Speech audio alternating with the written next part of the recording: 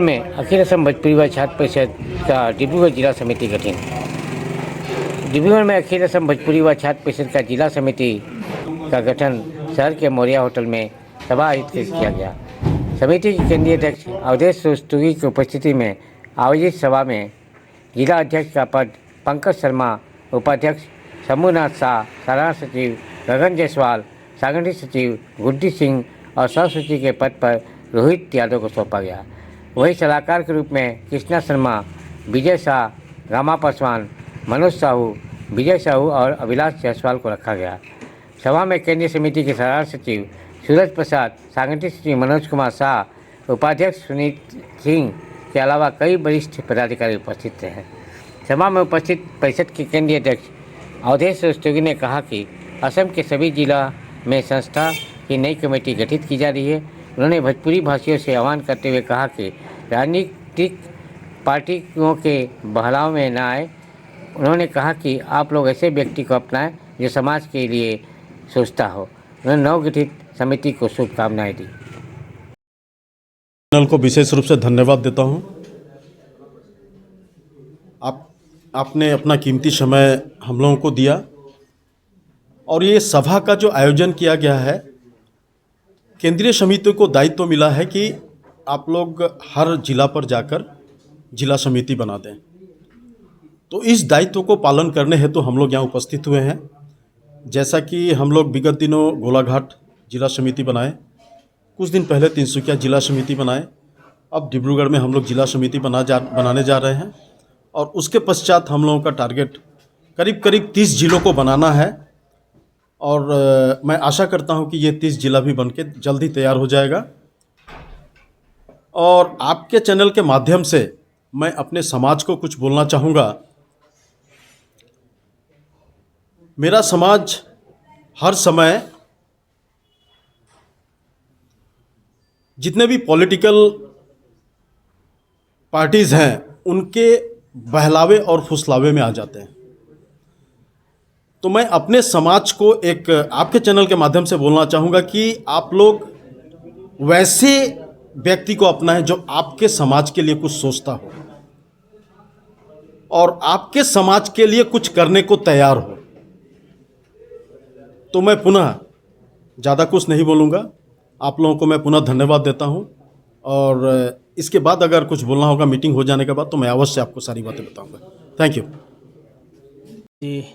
সদৌ অসম ভোজপুৰী যুৱ ছাত্ৰ পৰিষদ কেন্দ্ৰীয় সমিতিৰ নেতৃত্বত ডিব্ৰুগড় জিলা কমিটি গঠন কৰাৰ উদ্দেশ্যে আজি এখন সভাৰ আয়োজন কৰা হৈছে। আজিৰ এই সভাত আমাৰ গণ্যমান্য ব্যক্তিসকল উপস্থিত আছে। তেখেতলোকৰ পৰামৰ্শ মতে আজি আমি সদৌ অসম ভোজপুৰী যুৱ ছাত্ৰ পৰিষদ ডিব্ৰুগড় জিলা সমিতি গঠন কৰিব লৈছোঁ। আমি আজি সমগ্ৰ অসমৰ ভোজপুৰীবাসীক অসমীয়া ভোজপুৰীবাসীক আমি এক কৰাৰ উদ্দেশ্যেই আমাৰ সদৌ অসম ভোজপুৰী যুৱ ছাত্ৰ পৰিষদৰ ডিব্ৰুগড় জিলা সমিতি পুনৰ গঠন কৰিব লৈছোঁ। মূলতে আমাৰ এটাই উদ্দেশ্য, আমাৰ সমাজত থকা বিভিন্ন সমস্যাবিলাক, এই সমস্যাবিলাকৰ ওপৰত আমাৰ আলোচনা ভিত্তিত সমস্যাবিলাক সমাধানৰ উদ্দেশ্যে আমি আগবাঢ়ি যাবৰ কাৰণে আমাৰ সদৌ অসম ভোজপুৰী যুৱ ছাত্ৰ পৰিষদৰ গঠন হৈছে। আমি দেখিবলৈ পাইছোঁ আমাৰ এই সমাজৰ কিছুমান ব্যক্তি নিজৰ স্বাৰ্থত সদৌ অসম ভোজপুৰী যুৱ ছাত্ৰৰ বেনাৰত নিজৰ স্বাৰ্থ সিদ্ধি কৰি আহিছে। এইবিলাকৰ আমি ঘোৰ প্ৰতিবাদ জনাইছোঁ। আমি তেখেতলোকক আমি আহ্বান জনাইছোঁ, এনেধৰণৰ কামৰ পৰা বিৰতি থাকক, অন্যথা সদৌ অসম ভোজপুৰী যুৱ ছাত্ৰ পৰিষদৰ সন্মুখীন হ'বলগীয়া হ'ব পাৰে তেওঁ। আমি কোনোদিনাই আমি বিচৰা নাই আমাৰ সমাজত বিভ্ৰান্তিৰ সৃষ্টি হওক।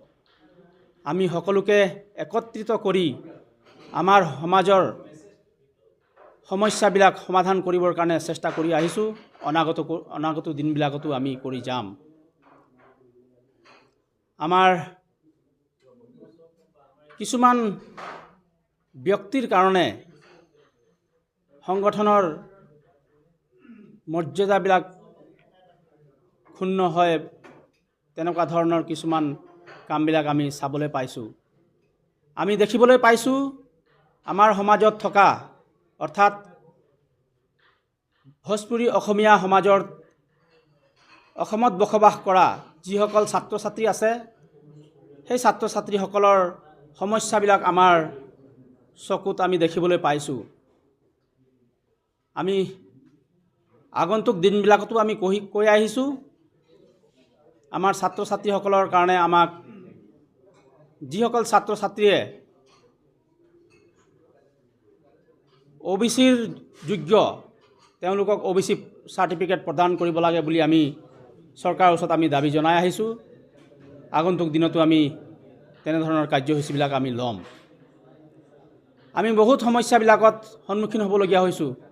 যিহেতু আমি অসমতে বসবাস কৰি আহিছোঁ, যুগ যুগ ধৰি আমাৰ ইয়াত বসবাস কৰি অহাসকল ইয়াত অধিকাৰৰ পৰা বঞ্চিত হৈছে। এইটো কিন্তু আমাৰ কাৰণে খুব লজ্জাৰ বিষয়। আমি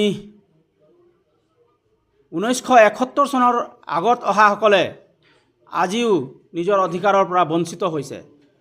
চৰকাৰক আমি বিনম্ৰতাৰে অনুৰোধ জনাইছোঁ, এনেধৰণৰ সমস্যাবিলাকৰ ওপৰত গুৰুত্ব দিবৰ কাৰণে, কাৰণ তেখেতলোকৰ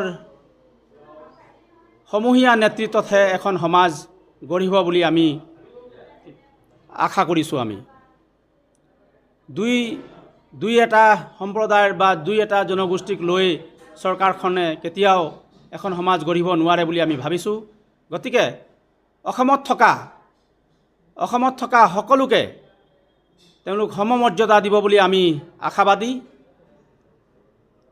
আমি খুবেই চিন্তিত হৈছোঁ। আমাৰ সমাজখন আজি হয়, ব্ৰিটিছৰ দিনত আমাৰ ভোজপুৰী সমাজ অসমত আহিছিল, এইটো সঁচা কথা। কিন্তু আজি অসমৰে হৈ ৰৈ গৈছে। তেওঁলোকৰ বেলেগ ক'তো ঠিকনা নাই। অসমতেই তেওঁলোকৰ ঠিকনা, অসমতেই জন্মগ্ৰহণ কৰিছে।